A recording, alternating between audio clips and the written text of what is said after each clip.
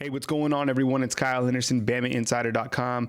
I wanted to talk to you about 10 players I feel are going to be sleeper players for the 2019 season. Guys, we're really not talking a lot about going into the season, but guys that should make an impact during the 2019 season. We start out number 10, Shaheen Carter, already going to be a senior. Carter should play a vital role for Alabama's defense during this season and will likely serve as a starter at the star position.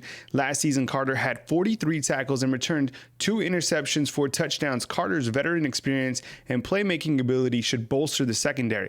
At number 9, Jerome Ford. He's a running back, redshirt freshman. Ford showed that he's capable of creating the big plays during the springtime and turned heads more than one occasion.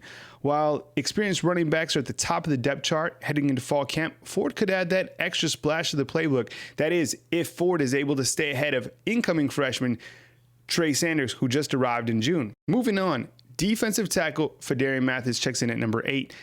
As I said, he's a defensive tackle, redshirt sophomore, big kid, 6'4", 317 pounds.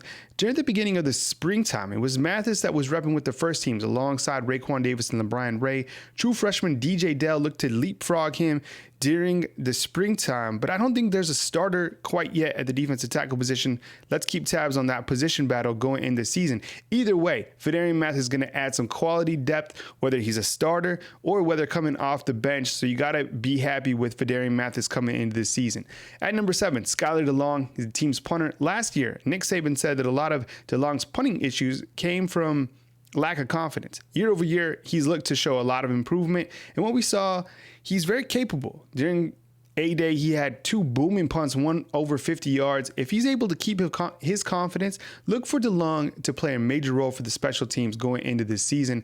At number 6, Cameron Latu. Latu played outside linebacker during his freshman year, and this spring he was transitioned over to the tight end position where he looked very good, even making a couple catches during A-Day. The Crimson Tide does not have a dominating tight end returning into the season, and with Kedrick James recently entering the NCAA transfer portal, the tight end room is really looking for someone to step up to replace Irv Smith, who caught for 710 yards with 7 touchdowns last season. Number 5, Markel Benton, inside linebacker, redshirt sophomore, 6'2", 235 pounds.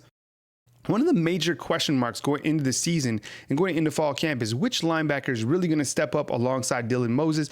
As you saw during SEC Media Days, Dylan Moses said that Benton could be the guy that really rises up. Last year, Benton had 14 tackles.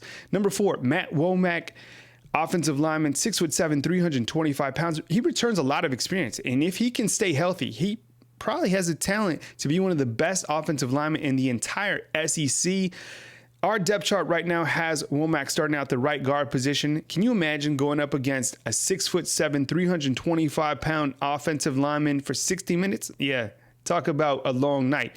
Number 3, Christopher Allen, inside linebacker or outside linebacker. Redshirt sophomore now, 6'4", 250 pounds. Missed last season with the ACL, but he's back.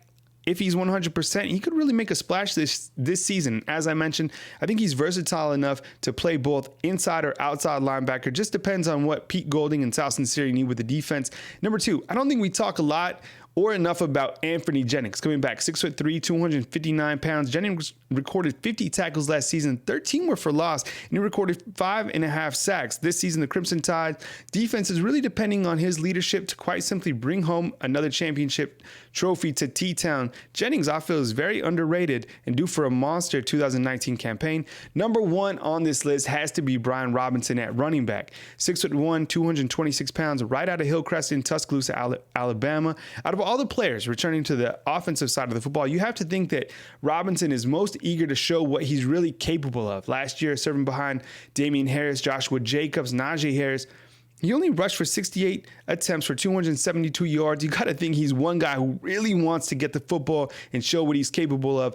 I think with his talent, his speed, his overall ability, and if Alabama uses him correctly, he's probably one of the most underrated backs in all of college football. Hey, please like and subscribe to our YouTube page, and please follow all the coverage back at BamaInsider.com. Football is just around the corner. Hey, if you want to get a taste behind that premium paywall, go to the checkout page at BamaInsider.com. The checkout promotion code is simply Roll Tide. Hey, and if you're a college student and you want to sign up as well, hit me up, Kyle at BamaInsider.com. I hope you enjoyed our coverage. Thumbs up, like, and subscribe. We'll catch you soon on BamaInsider.com.